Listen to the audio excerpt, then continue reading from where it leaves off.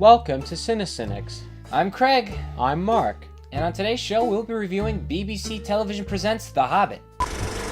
And in recent news, there's been some Indy 5 speculation when a package was received at the University of Chicago going to Henry Jones Jr., containing a diary from Abner Ravenwood. For as big an Indiana Jones fanboy as I am, I would like nothing more than to believe that this is the start of some new viral marketing campaign for the new Indiana Jones movie, but I find it just as likely to believe that this was some prank by an overzealous fanboy, and even if it was, it's clever all the same. I'm going to be cautiously optimistic. A new trailer for The Man of Steel, directed by Zack Snyder, was released recently. I have to say I'm pretty excited about this movie, but I don't know about the darker, grittier look for it, but I hope I'm really wrong because Chris Nolan has been known to make crazy decisions on story and different characters he chooses, the actors to play the roles. So I think I'm going to be really wrong. It's definitely going to be a beautiful movie, but I just hope they don't try to make it super almost realistic, because you can't do that with a Superman movie. That's kind of impossible. When I heard Christopher Nolan was also spearheading the development of the new Superman movie, nothing made me happier. But with the release of the trailers, I have to agree that the tone looks definitely dark and gritty. Whether that will remain in the film, I guess we'll have to wait and see. But I hope he doesn't try to give Superman the Batman treatment, because what works for The Dark Knight certainly doesn't work for The Man of Steel. And a new trailer for Pacific Rim has just been released, the new film by Guillermo del Toro. It definitely looks really good. 2013 seems like it'll bring on an oversaturation of sci-fi flicks, but this one definitely seems worth seeing, like anything Guillermo del Toro does. And he's seen a bit of misfortune in the last few years with, some of his projects falling through.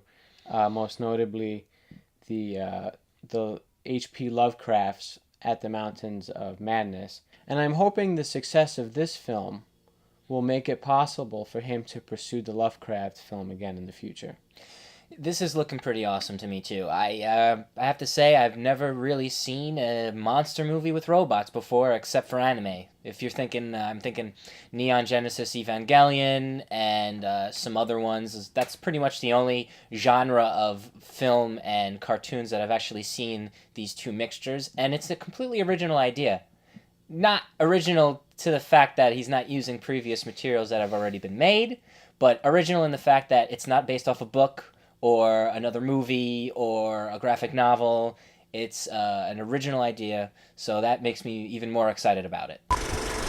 With our review of The Hobbit to follow later on, I thought it only fitting that my recommendation on this week's Watch It be another, if sometimes underappreciated, epic fantasy flick. Willow, directed by Ron Howard and written and produced by George Lucas, stars Warwick Davis, Val Kilmer, Joanne Whalley, and Jean Marsh. In a mythical realm ruled by the malevolent sorceress queen Bavmorda, a prophecy is told of the coming of a princess named Elora Danan, who will vanquish Bavmorda's evil and end her reign of darkness.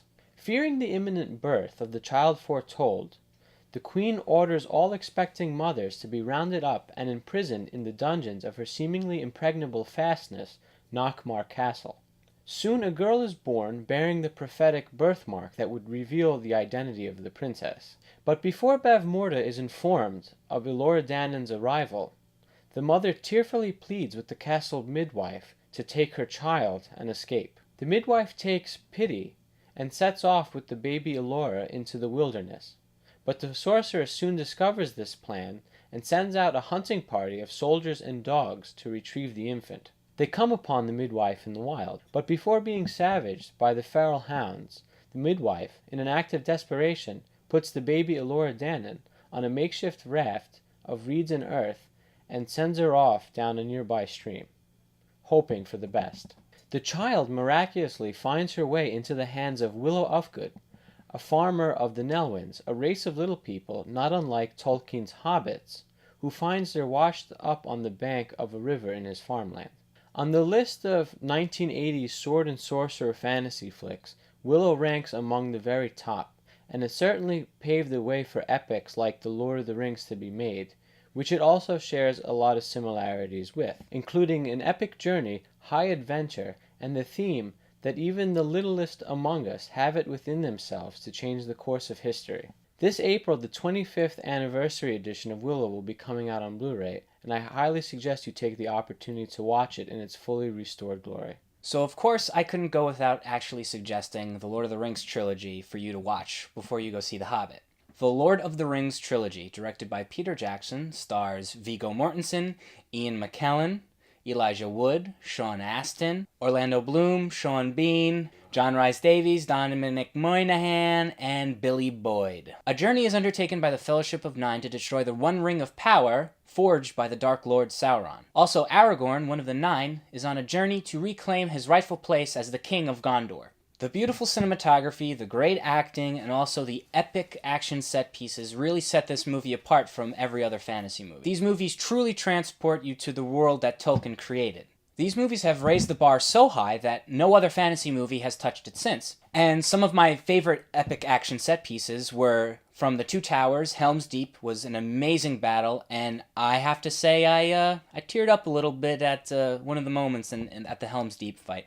It was pretty epic, and it was emotionally riveting. And one of my favorite scenes from Return of the King was the Riders of Rohan charging against the Uruk-hai and the Easterlings, and you feel the emotional impact of what these people are there for, that this is their final fight to take back their land. I'd also like to recommend you see all of these movies in their extended forms because of the richness of the material that was left out of the theatrical cuts.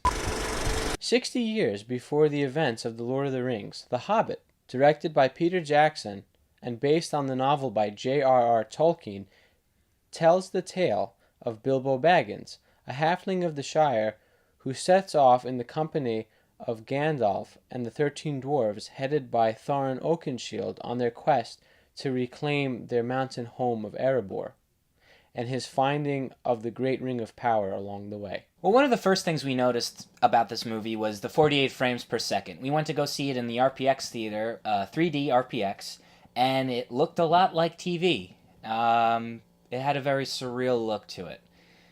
I'm not saying that this was the best decision, but, I mean, I don't know.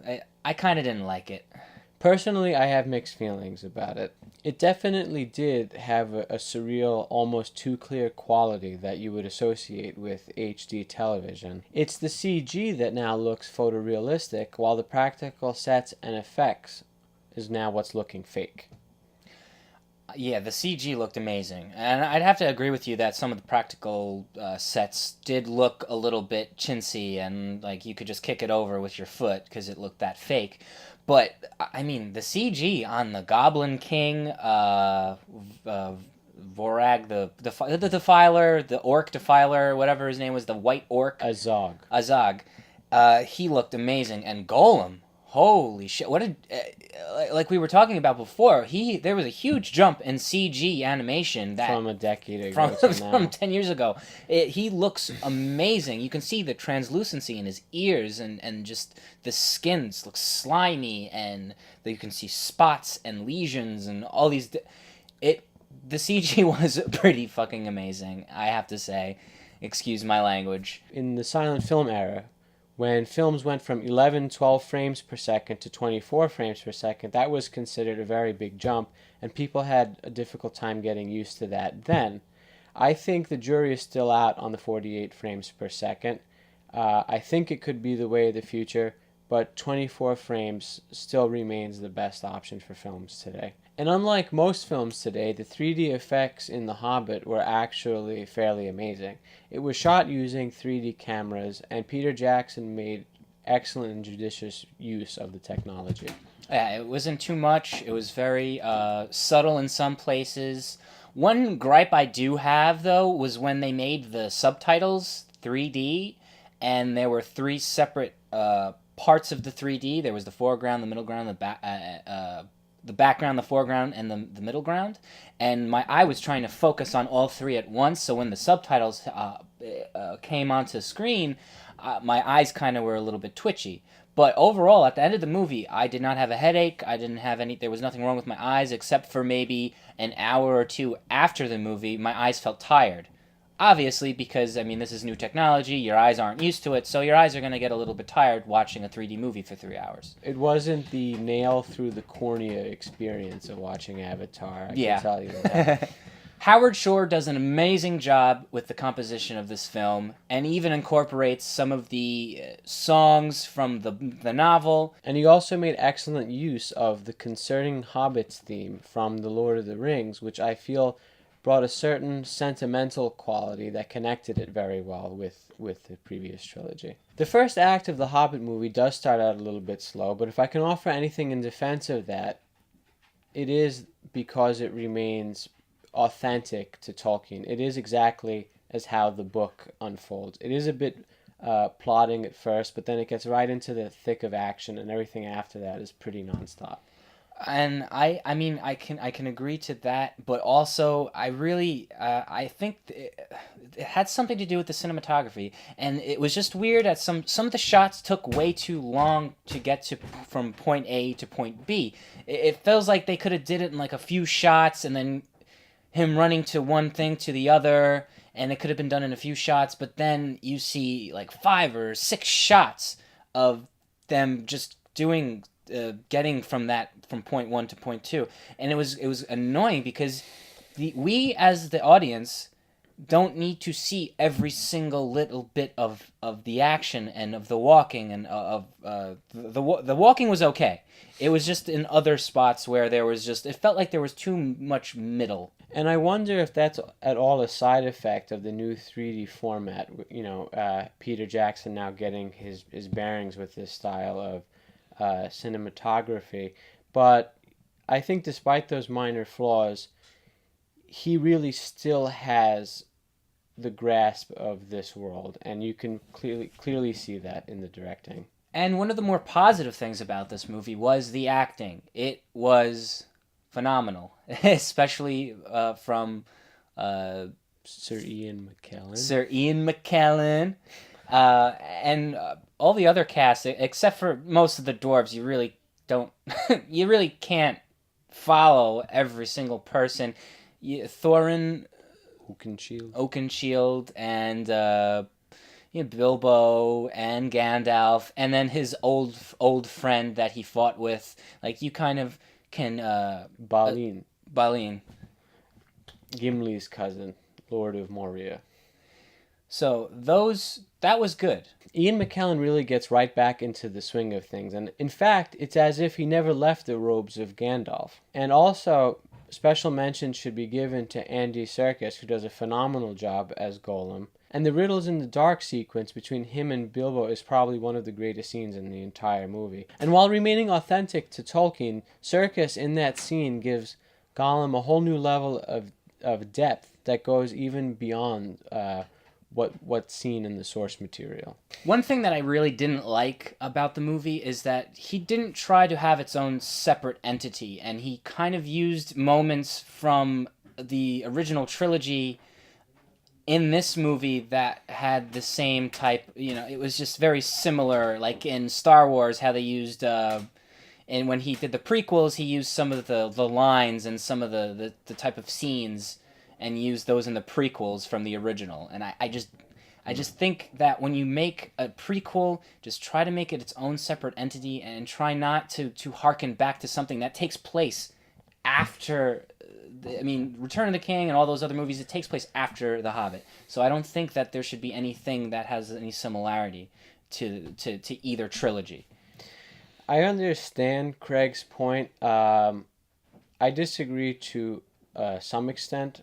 I feel that even though maybe in certain scenes they were borrowing heavily with the dialogue from the Lord of the Rings trilogy, it lent a sense of connection, and it didn't come off at all ham-handed. Despite some recent negative reviews of The Hobbit, I feel that Peter Jackson's 4th excursion into Middle-earth is a successful one.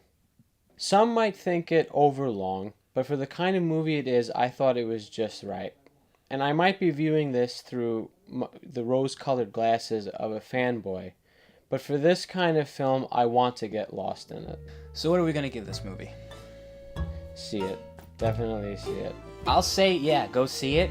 See it in 24 first, then go see it in 48 frames just for the experience.